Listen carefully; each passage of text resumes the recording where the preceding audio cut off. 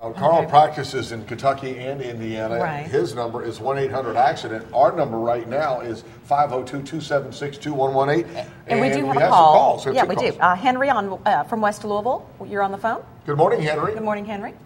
Yes, I have a question for Carl, ma'am. Go ahead. When I purchased a truck back in 1999 from Prestige Autos off of Greenstead Drive. So the guy, he sold me the truck, but the truck he sold me, he had a lien on it. And so now the guy's out of business, and the truck, it has been sitting up for 10 years. And I'm trying to see how I go about getting my paperwork legalized on it. All right. Go ahead. Yeah, well, I mean, of course, it's a shame that it took you this long to find that out, but definitely what I do is go to the circuit court clerk's office that handles the titling of vehicles and, have them try to help guide you through how to get a clear title. With the person being out of business, obviously it's going to be kind of hard to go back and have any recourse against him for having this, but definitely work with the clerk's office, and they should be able to walk you through on how to get a clear title. Okay, hopefully that was helpful for you, Henry. Now we have Mike in New Albany. Mike, welcome to the show. What's your question? I had a question for Mr. Truman. Noticed Saturday Kentucky newspaper that the state of Indiana has ruled that attorneys no longer should direct mail, and I just am a freedom person. Don't understand why the government needs to tell associations to tell a business why they're not allowed to. Well, I think what he's talking about is thank you, Mike. Sometimes when you call in on a cell phone or even the lines get a little crossed, he's talking about direct mail. And we were talking about that, the direct mail. I know when there's an accident, you've been involved in an accident, attorneys will keep an eye on the accident folders because, Carl, attorneys believe that people out there might need some representation to walk them through a case. Now, he's talking about direct mail. You told us before you came on, Indiana has a new waiting period of some nature. Talk about that. Right, that's what the caller was talking about, is that the Indiana Supreme Court, which every state Supreme Court publishes rules about what attorneys are allowed to do and what's considered ethical or unethical conduct. And this is one of the differences between Indiana and Kentucky. Kentucky, what he's talking about is that some attorneys send out informative literature to people who have been in automobile accidents, talking about what their rights are and what services that can be provided.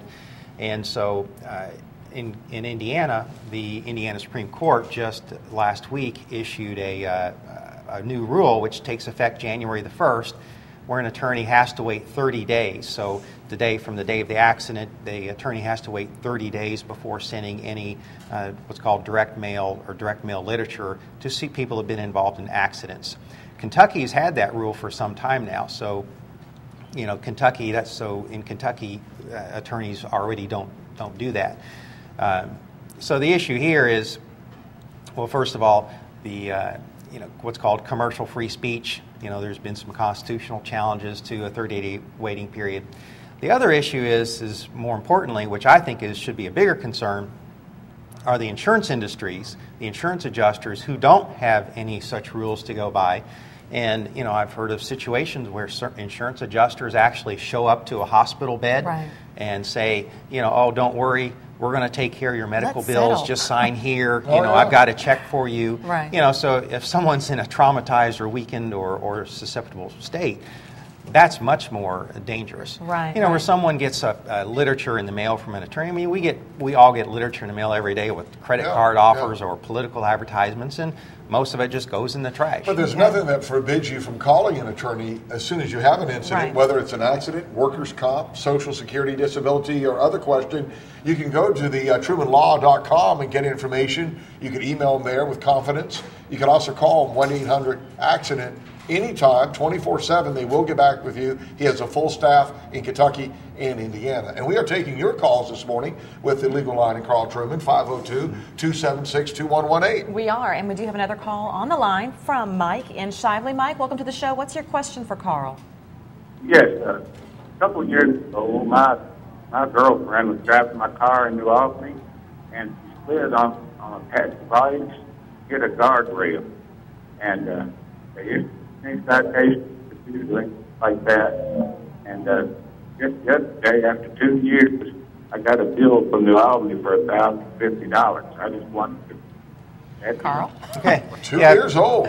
Well, from what it sounds like is that his girlfriend was driving his car. She ran off the road, hit a guardrail, and so now he's getting a bill for the cost of the guardrail.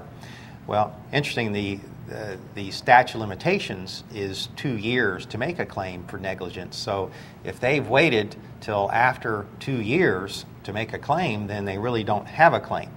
Of course, ultimately, the best thing to do is just turn it over to your insurance agent, give a copy, whatever the letter is, the notice of claim, and let them handle it. Because if there is a deadline problem or if there's an issue to be paid, just let your insurance company handle it. That's their job. I know a lot of people will call an insurance company, and when you call, they'll say, "Oh, that's one of your calls." You got to be careful.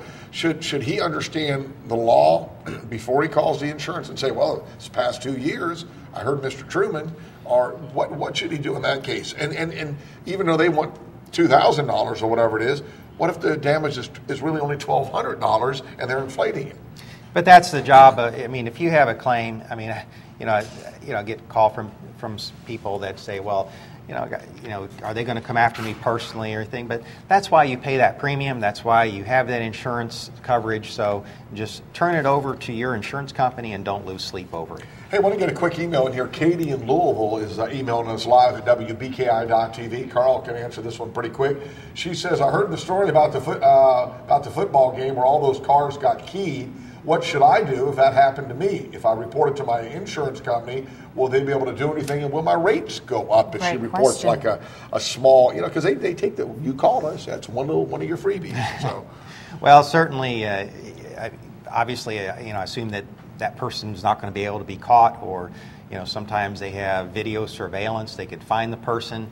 If they catch them, then through the criminal process, the court can order restitution, and so you can actually recover it that way instead of trying to go through a civil lawsuit and trying to collect it yourself. On those types of claims, that would be covered under what's called, your comprehensive collision coverage. Typically, most people do have a deductible. It might be a $500 deductible or whatever. So that's one thing you got to look at.